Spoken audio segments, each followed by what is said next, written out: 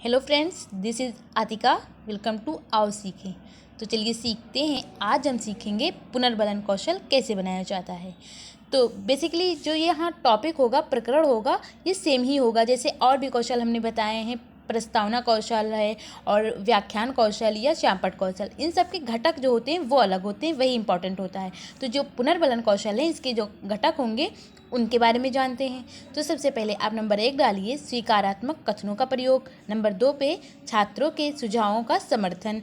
Number 3 पे छात्रों का उत्साहवर्धन। नंबर 4 पे अशाब्दिक पुनर्बलन का प्रयोग। नंबर 5 पे पुनर्बलनों का सही प्रयोग। फिर नंबर 6 पे निषेधात्मक शाब्दिक पुनर्बलनों का प्रयोग। नंबर 7 पे पुनर्बलनों का समुचित प्रयोग।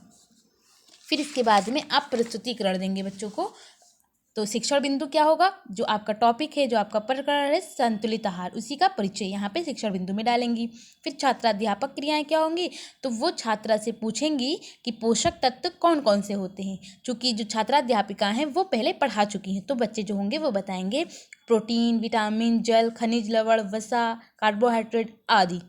तो आप छात्राध्यापिका हैं तो कहेंगी शाबाश, बहुत अच्छा बताया, बैठ जाइए। ऐसे आप बच्चों को पुनर्बलन कौशल देंगे। फिर नंबर 2 पे आप पूछेंगे संतुलित आहार ग्रहण नहीं करेंगे तो क्या होगा।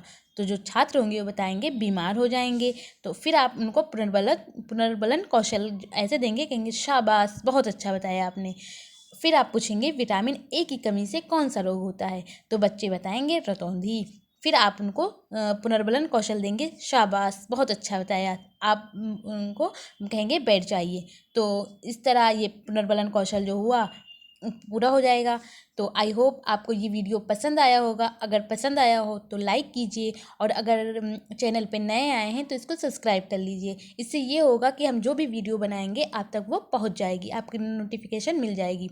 और जो भी दोस्त आपके बीएड या डीएलएड कर रहे हैं उन तक इसको शेयर कीजिए। Thank you.